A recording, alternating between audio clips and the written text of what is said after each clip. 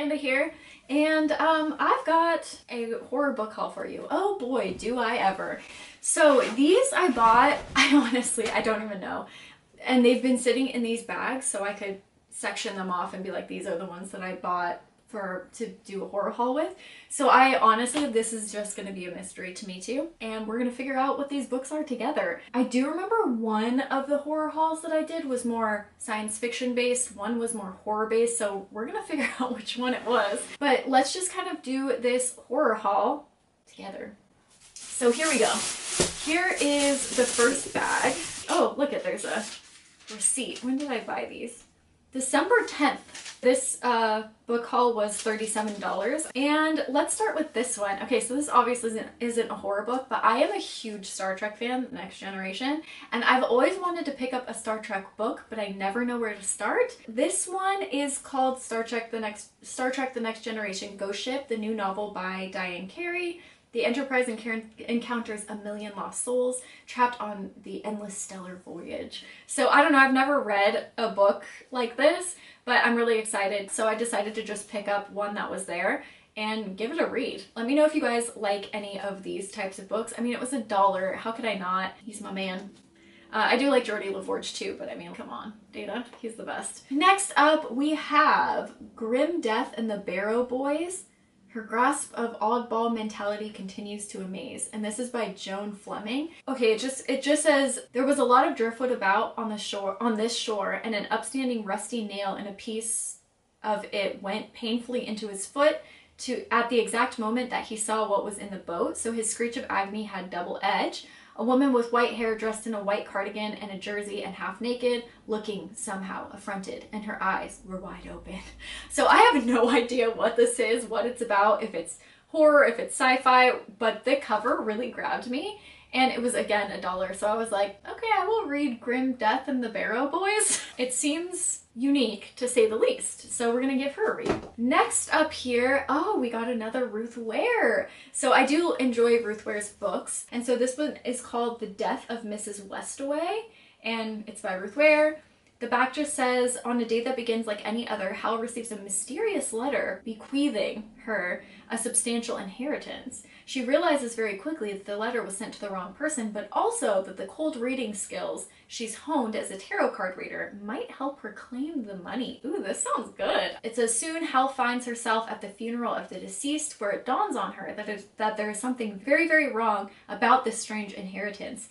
No, about the strange situation and the inheritance at the center of it. This was $1.50. I mean, come on, for a Ruth Ware book, this had to have been published recently, right?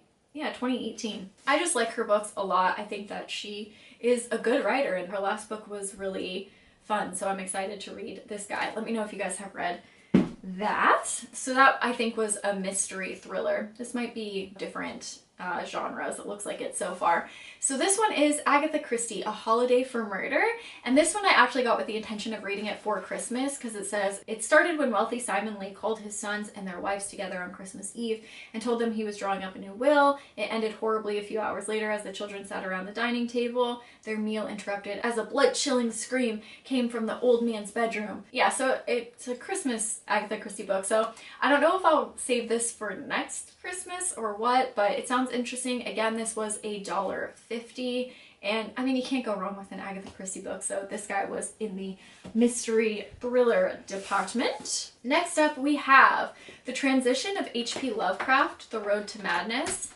That's my cat. Okay, so this is just an H.P. Lovecraft book. There are 29 Tales of Terror by the legendary Master of Macaw. So I have like a H.P. Lovecraft anthology. Of course I didn't need it, but look at the cover of this. Are you serious? This is so amazing. I had to pick it up. Plus, also, I was thinking that I do have a big anthology, but it's not a book I can carry around if I ever leave the house, which I don't, but if I did, I don't have a book that I can really carry around. So I thought that it would be cool to have like a condensed version and just with the coolest cover ever. So I had to purchase this. This was $3.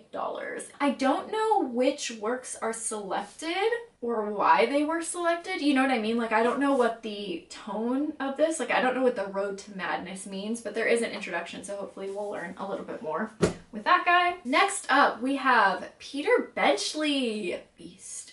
So this is obviously the writer of Jaws. This was $3 for a hardcover book. That's so good. And this one is obviously about some, like, I don't know, tentacled monster. And Jaws is the only thing that I've ever read from him, so I'm excited to give this a read.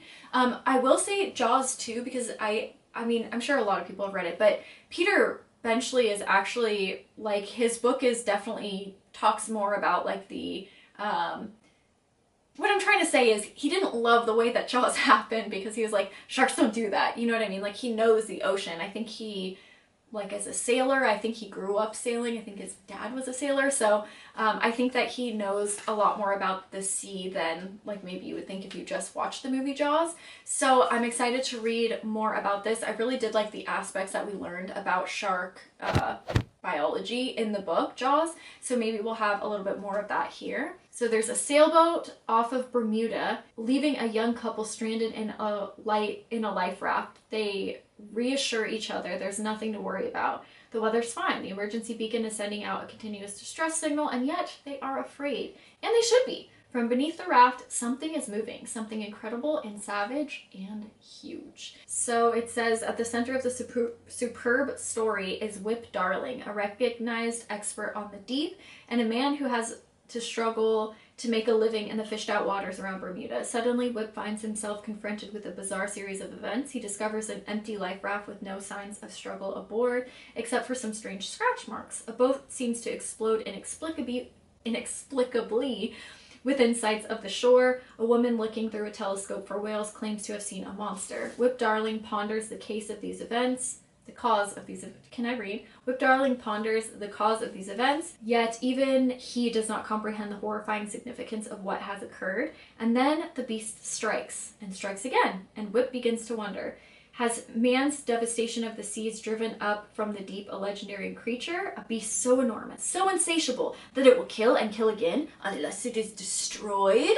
Ellipses. Question mark. In Beast, Peter Benchley combines masterfully storytelling with his immense knowledge of the sea to create an electrifying novel. Yeah, so that's honestly why I wanted to read this, because as much as I didn't necessarily love the relationships in Jaws, and it was very different from the movie, I really did like that aspect of it where he kind of, you know, knew a lot about the sea. So really excited to read that. Next one I got, you guys already know, Joyce Carol Oates, Haunted, Tales of the Grotesque. Again, just a beautiful cover. This guy was $3.50. In the title story, Haunted, the pubescent Melissa and her best friend, the sexually precocious Mary Lou, ignoring no trespassing signs to explore forbidden houses, but the deserted Minton farm is one place where they should not have gone, and years later Melissa is tormented by the memories of its malevolence in the murder of Mary Lou.